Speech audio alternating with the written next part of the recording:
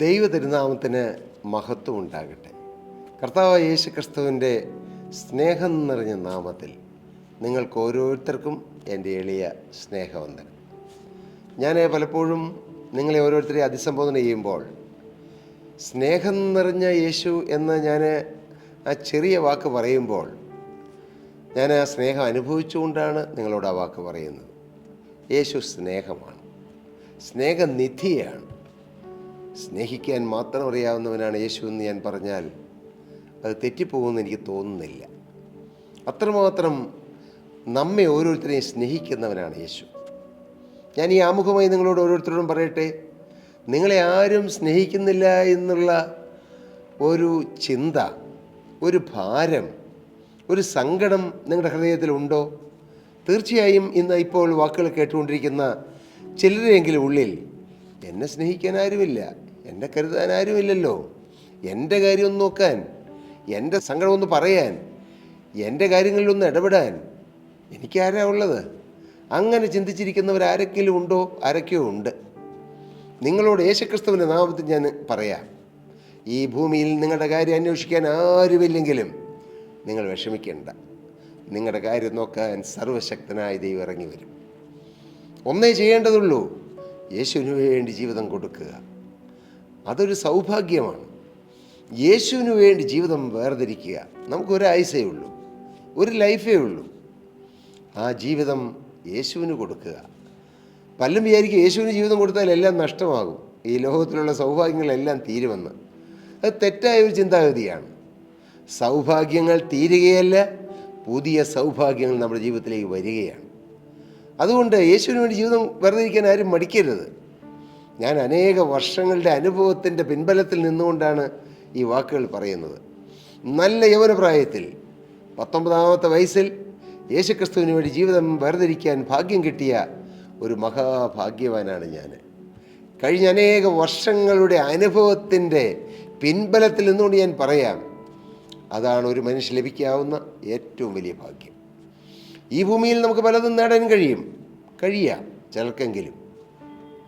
എല്ലാവർക്കും പറ്റുകയില്ലെങ്കിലും ചിലർക്കെല്ലാം വലിയ വലിയ നിലവാരത്തിലും പൊസിഷനിലും എല്ലാം ഉയർന്നു വരാൻ കഴിഞ്ഞേക്കാം പ്രിയപ്പെട്ടവരെ. പക്ഷേ ഏതെല്ലാം പൊസിഷനിൽ ഉയർന്നാലും യേശുക്രിസ്തുവിന് വേണ്ടി ജീവിതം വേർതിരിക്കുക എന്ന ഏറ്റവും വലിയ മഹാഭാഗ്യത്തിൻ്റെ അടുത്തുപോലും എത്തുകയില്ല ആ ഉയർച്ച.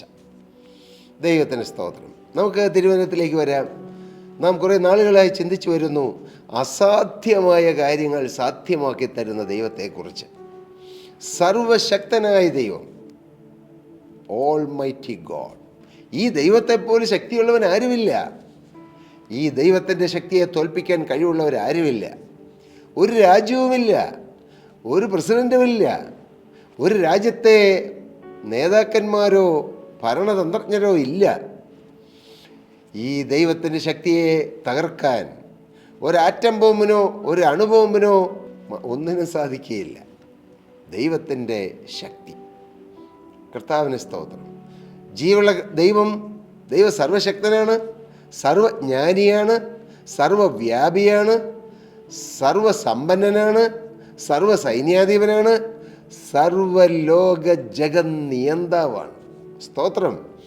ആ ദൈവത്തെ അപ്പ എന്ന് വിളിക്കാനുള്ള പദവി നമുക്ക് നീട്ടിത്തരുമ്പോൾ നാം അത് തട്ടിക്കളയുന്നതല്ലേ ഏറ്റവും വലിയ ദൗർഭാഗ്യം. ആ ദൈവത്തെ അപ്പ എന്ന് വിളിച്ച് സ്നേഹിക്കാനും അപ്പ എന്ന് വിളിച്ച് ആവശ്യങ്ങൾ പറയാനും അപ്പ എന്ന് വിളിച്ച് ആരാധിക്കാനുള്ളതായ സൗഭാഗ്യമാണ് ഒരാൾ യേശുക്രിസ്തുവിന് വേണ്ടി ജീവിതം വർദ്ധിക്കുമ്പോൾ ലഭിക്കുന്ന ഉന്നതമായ ഭാഗ്യം. ഈ ഭാഗ്യം നാം നഷ്ടപ്പെടുത്തരുത്. നിങ്ങൾ ആ ഭാഗ്യം നഷ്ടപ്പെടുത്തിയാൽ നിങ്ങളായിരിക്കും ഈ ഭൂമിയിൽ വെച്ച് ഏറ്റവും നിർഭാഗ്യം. ഞാൻ അങ്ങനെ പറയുന്നതിൽ നിങ്ങൾ ക്ഷമിക്കണം. നിങ്ങൾക്ക് എന്തെല്ലാം സൗഭാഗ്യങ്ങൾ ഈ ഭൂമിയിൽ ലഭിച്ചുവെങ്കിലും യേശുവിന് വേണ്ടി ജീവിതം വർദ്ധിക്കാൻ നിങ്ങൾക്ക് കഴിഞ്ഞില്ലെങ്കിൽ നിങ്ങൾ നേടിയതെല്ലാം നഷ്ടമാകും പ്രിയരെ, എല്ലാം പൂജ്യമാകും. ഒരിക്കൽ നാം ഓരോരുത്തരും മരിക്കും. മരണത്തിൻ്റെ അവസാന കാലഘട്ടത്തിലേക്ക് വരുമ്പോൾ നാം തിരിച്ചറിയും, എൻ്റെ ജീവിതം കൊണ്ട് എന്ത് നേടി? ഒന്നും നേടിയില്ലല്ലോ. നിത്യതയ്ക്ക് വേണ്ടി എന്ത് നേടി? എൻ്റെ ആത്മാവിന് വേണ്ടി എന്ത് നേടി? സ്വർഗത്തിന് വേണ്ടി എന്ത് നേടി? എൻ്റെ തലമുറകൾക്ക് വേണ്ടി ആത്മീയമായി ഞാൻ എന്ത് സമ്പാദിച്ചു? എൻ്റെ തലമുറകൾക്ക് വേണ്ടി ഞാൻ നല്ല കാര്യം എന്താണ് ചെയ്തത്? ഇങ്ങനെയുള്ള അനേകമായ ചോദ്യങ്ങൾ നമ്മുടെ ഹൃദയത്തിൽ ഉയരുകയും അതിന് ഉത്തരം കണ്ടെത്താതെ നാം നിരാശയിലേക്ക് പോകേണ്ടി വരികയും ചെയ്യും. അതുകൊണ്ട് ഈ ആരോഗ്യമുള്ളപ്പോൾ, സുബോധമുള്ളപ്പോൾ, നാം ഈ ഭൂമിയിൽ ആരോഗ്യത്തോടെ ജീവിക്കുമ്പോൾ നമ്മുടെ ജീവിതം ക്രിസ്തുവിനും കൊടുക്കണം. നിങ്ങളുടെ ഈ ഭൂമിയിലുള്ള ഒരു സൗഭാഗ്യവും ദൈവം എടുത്തു കളയുകയില്ല. കർത്താവിന് സ്തോത്രം. നമുക്ക് പെട്ടെന്ന് തിരുവചനത്തിലേക്ക് വരാം. പുറപ്പാട് പുസ്തകം 14-ാം അധ്യായം അതിൻ്റെ 22-ാമത്തെ വാക്യം വായിക്കുമ്പോൾ അവിടെ എഴുതിയിരിക്കുന്നു, ഇസ്രായേൽ മക്കൾ കടലിൻ്റെ നടുവിൽ ഉണങ്ങിയ നിലത്തുകൂടി നടന്നുപോയി. അവരുടെ ഇടത്തും വലത്തും വെള്ളം മതിലായി നിന്നു. നിങ്ങൾക്ക് കേൾക്കുമ്പോൾ തന്നെ അത്ഭുതം തോന്നും, എനിക്കും. അതൊരു അത്ഭുതമല്ലേ? വലിയൊരു കടൽ, ചെങ്കടൽ, റെഡ് സീ. റെഡ് സീയുടെ വലിപ്പം പറയുമ്പോൾ ഞാനത് നോട്ട് ചെയ്തു. 1600 അടി താഴ്ചയുണ്ട്. ഏതാണ്ട് 355 കിലോമീറ്റർ വീതിയുണ്ട്. ഒന്ന് ചിന്തിച്ചേ, 355 കിലോമീറ്റർ വീതി, 1600 അടി താഴ്ച ഉള്ളതായ ഒരു കടലിൻ്റെ നടുവിലൂടെ വലിയൊരു പാതയൊരുക്കി വെള്ളം വലത്തും ഇടത്തും എങ്ങനെ നിന്നു? ഹല്ലേലൂയ! വലത്തും ഇടത്തും മതിലുപോലെ നിന്ന് ഇസ്രായേൽ ജനത്തെ ദൈവം അക്കരെ കടത്തി. നിങ്ങൾക്ക് മനുഷ്യബുദ്ധിയിൽ അത് ചിന്തിക്കാൻ പറ്റുമോ? വിശ്വസിക്കാൻ പറ്റുമോ? ദൈവീക വചനത്തിൽ എഴുതിയിരിക്കുന്ന ചിലപ്പോൾ മനുഷ്യബുദ്ധിക്ക് വിശ്വസിക്കാൻ പറ്റുകയില്ല. പക്ഷെ അത് അങ്ങനെ തന്നെ സംഭവിച്ചതാണ്, അതങ്ങനെ തന്നെ നടന്നതാണ്. കർത്താവിന് സ്തോത്രം. പ്രിയപ്പെട്ടവരെ, തനിക്ക് വേണ്ടി ജീവിതം വർദ്ധിച്ച ദൈവജനത്തിന് വേണ്ടി എന്തും ചെയ്യാൻ ദൈവം തയ്യാറാകും. അത് ചെങ്കടൽ വറ്റിക്കണമെങ്കിൽ വറ്റിക്കും, യോർദാൻ പിളർക്കണമെങ്കിൽ പിളർക്കും, എറിഹോ മതിൽ താഴെ വീഴിക്കണമെങ്കിൽ വീഴിക്കും. തുറന്നുള്ള നമ്മുടെ മെസ്സേജുകളിൽ അതെല്ലാം വരും. ഞാനിതെല്ലാം എന്തിനാണ് പറയുന്നത്? കഴിഞ്ഞ കാലങ്ങളിൽ വേദപുസ്തകത്തിൻ്റെ താളുകളിൽ തെളിഞ്ഞു നിൽക്കുന്ന ചില വീര്യപ്രവൃത്തികൾ, സയൻസ്, മിറക്കിൾസ് ആൻഡ് വണ്ടേഴ്സ് നാം ഇപ്പോൾ ചികഞ്ഞെടുത്ത് ജീവനുള്ള ദൈവത്തിൻ്റെ വചനത്തിൽ എഴുതിയിരിക്കുന്നത് നിങ്ങളോട് പങ്കുവയ്ക്കുന്നത് എന്തിനാണ്? അന്ന് പ്രവർത്തിച്ച ദൈവം ഇന്നും പ്രവർത്തിക്കുന്നു. ഇന്ന് പ്രവർത്തിച്ചുകൊണ്ടിരിക്കുന്ന ദൈവം നാളെയും പ്രവർത്തിക്കുമെന്നുള്ള വിശ്വാസം നമ്മുടെ ഹൃദയത്തിൽ പാകിത്തരാനാണ്. ആ വിശ്വാസമാണ് നമ്മുടെ ജീവിതത്തിൽ ദൈവിക അനുഗ്രഹങ്ങൾ നേടിത്തരുന്നത്. ദൈവത്തിൻ്റെ അടുക്കൽ വരുന്നവൻ ദൈവമുണ്ട് എന്നും തന്നെ അന്വേഷിക്കുന്നവർക്ക് പ്രതിഫലം ലഭിക്കുന്നു എന്നും വിശ്വസിക്കേണ്ടതല്ലയോ? ആ വിശ്വാസമില്ലെങ്കിൽ ഒന്നും സാധിക്കുകയില്ല. വിശ്വാസമാണ് ദൈവത്തിൽ നിന്നും മനുഷ്യരിലേക്ക് ദൈവിക അനുഗ്രഹങ്ങൾ, അത് ആത്മീയമാകട്ടെ ഭൗതികമാകട്ടെ, അനുഗ്രഹങ്ങൾ ഒഴുകി വരുന്ന ചാനൽ അല്ലെങ്കിൽ ഒരു പൈപ്പ് ലൈൻ. കർത്താവിൻ്റെ സ്തോത്രം. ഈ വിശ്വാസം, ദൈവത്തിലുള്ള വിശ്വാസം, അവൻ്റെ ശക്തിയിലുള്ള വിശ്വാസം, ദൈവിക പ്രവൃത്തിയിലുള്ള വിശ്വാസം, എൻ്റെ ദൈവത്തിന് അസാധ്യമായത് ഒന്നുമില്ല എന്നുള്ള ഉറപ്പ്. മാന്യ സ്നേഹിത, പ്രിയ സഹോദരി, നീ ഇന്ന് കടന്നു പോകുന്ന പ്രതിസന്ധി എത്ര വലുതാണെങ്കിലും എൻ്റെ ദൈവത്തിന് അതിന് പരിഹാരം തരാൻ കഴിയും. നിങ്ങൾ ഒരു ദിവസം രാവിലെ എഴുന്നേറ്റിട്ട് ഇതൊരു 10 പ്രാവശ്യം പറയാമോ? ഒരുപക്ഷെ നിങ്ങൾ രോഗക്കിടക്കയിൽ കിടക്കുന്ന ഒരു വ്യക്തിയായിരിക്കാം, തളർന്നു കിടക്കുന്ന വ്യക്തിയായിരിക്കാം, ശരീരത്തിന് ഒരു ഭാഗം തളർന്ന് ഒന്ന് എഴുന്നേൽക്കാൻ പോലും കഴിയാതെ കിടക്കുന്ന ഒരു വ്യക്തിയായിരിക്കാം. ഒരുപക്ഷെ മകനെ സാമ്പത്തികമായി തകർന്ന് നിൻ്റെ വീടിൻ്റെ ഭിത്തിയിൽ ജപ്തി നോട്ടീസ് ഒട്ടിച്ചിട്ട് എന്താണ് പോകാൻ വഴി എന്നോർത്ത് നെടുവേർപ്പെടുന്ന ഒരു കുടുംബത്തിലെ അംഗമായിരിക്കാം പ്രിയ സഹോദര സഹോദരി നിങ്ങൾ. എന്നാൽ നിങ്ങൾ അത് രാവിലെ എഴുന്നേറ്റ്, അല്ല നിങ്ങൾക്ക് സമയം കിട്ടുമ്പോഴെല്ലാം നിങ്ങൾ പറയണം, എൻ്റെ ദൈവത്തിന് എൻ്റെ കടം മാറ്റാൻ കഴിയും, എൻ്റെ ദൈവം സർവശക്തനാണ്, എൻ്റെ ദൈവത്തിന് അസാധ്യമായി ഇതൊന്നുമില്ല. പക്ഷേ ഒന്ന് ചെയ്യണം, എൻ്റെ ദൈവമെന്ന് വിളിക്കാൻ തക്കവണ്ണം നിങ്ങൾ ദൈവത്തിൻ്റേതായി തീരണം. അത് വളരെ ഇമ്പോർട്ടൻ്റാണ്. നിങ്ങളൊന്ന് ചിന്തിച്ചേ. നമുക്ക് മാതാപിതാക്കളായ നിങ്ങൾക്ക് മക്കളുണ്ട്. തീർച്ചയായും നിങ്ങളുടെ മക്കൾ രാവിലെയോ പകലോ ഉച്ചയ്ക്കോ വൈകുന്നേരമോ രാത്രിയിലോ ഏത് സമയത്തും നിങ്ങളുടെ അടുക്കൽ കടന്നു വരാൻ അവർക്ക് സ്വാതന്ത്ര്യമുണ്ട്. നിങ്ങളോട് ഹൃദയം തുറന്നു പറയാൻ സ്വാതന്ത്ര്യമുണ്ട്. എന്നാൽ അയൽവക്കത്തുള്ളതായ ഒരു കൊച്ചൻ നിങ്ങളുടെ അടുക്കൽ നിങ്ങളുടെ മക്കളെപ്പോലെ കടന്നു വരാൻ സ്വാതന്ത്ര്യമുണ്ടോ? തീർച്ചയായിട്ടും ഉണ്ടാകുകയില്ല.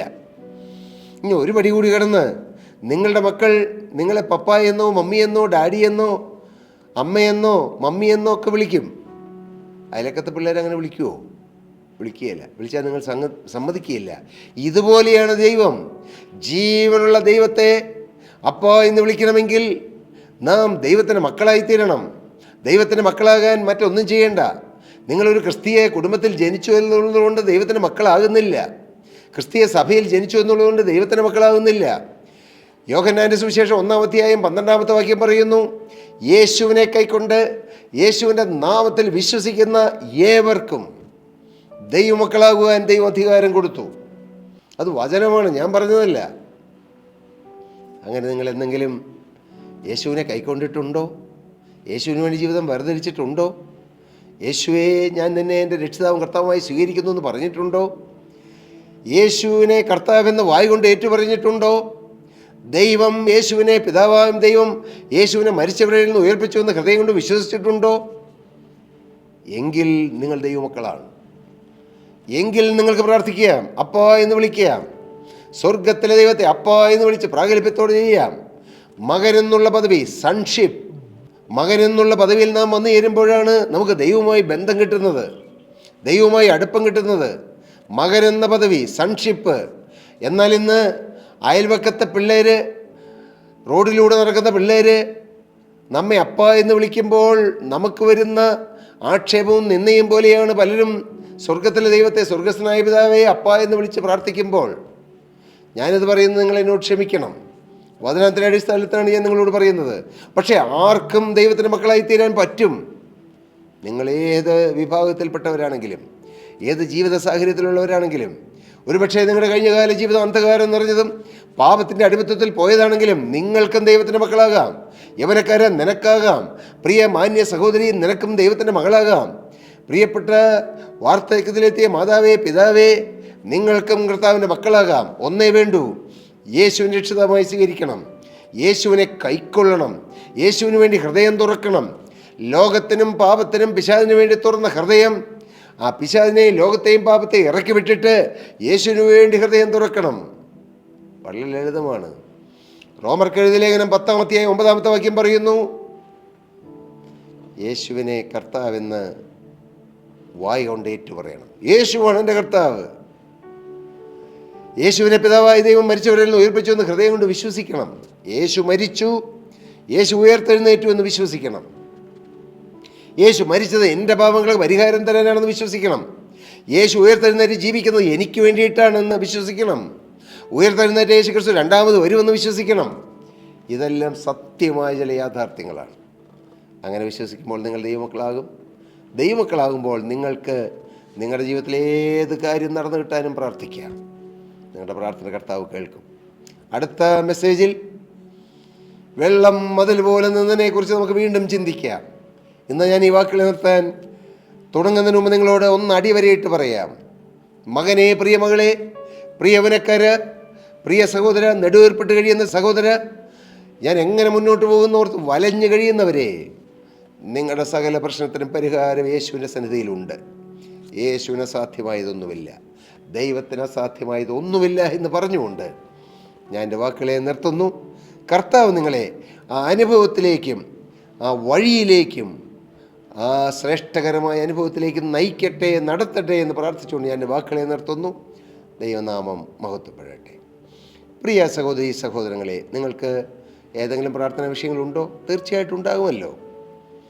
നിങ്ങൾക്ക് ഞങ്ങളെ വിളിച്ചാൽ ഞങ്ങളുടെ പ്രെയർ വാരിയേഴ്സ് ടീം എല്ലാ ദിവസവും വെളുപ്പിന് 4:30 മുതൽ 5:30 വരെ 1 മണിക്കൂർ സമയം പ്രാർത്ഥനാ വിഷയം പറയുന്നവർക്ക് വേണ്ടി പ്രാർത്ഥിക്കുന്ന ഞങ്ങളുടെ പ്രെയർ വാരിയേഴ്സ് ടീം നിങ്ങൾക്ക് വേണ്ടി പ്രാർത്ഥിക്കും. പക്ഷേ ഞങ്ങൾ പറയുന്നു, നിങ്ങൾ ഓരോരുത്തരും യേശുവിനെ രക്ഷിതാവും കർത്താവുമായി സ്വീകരിച്ചതിന് ശേഷം നിങ്ങൾ നേരിട്ട് പ്രാർത്ഥിച്ചാൽ യേശു നിങ്ങളുടെ പ്രാർത്ഥന കേൾക്കും. ഞങ്ങളും തീർച്ചയായും നിങ്ങൾക്ക് വേണ്ടി പ്രാർത്ഥിക്കാം. കർത്താവ് നിങ്ങളെ നിറപടിയായി അനുഗ്രഹിക്കുമാറാകട്ടെ. സ്തോത്രം.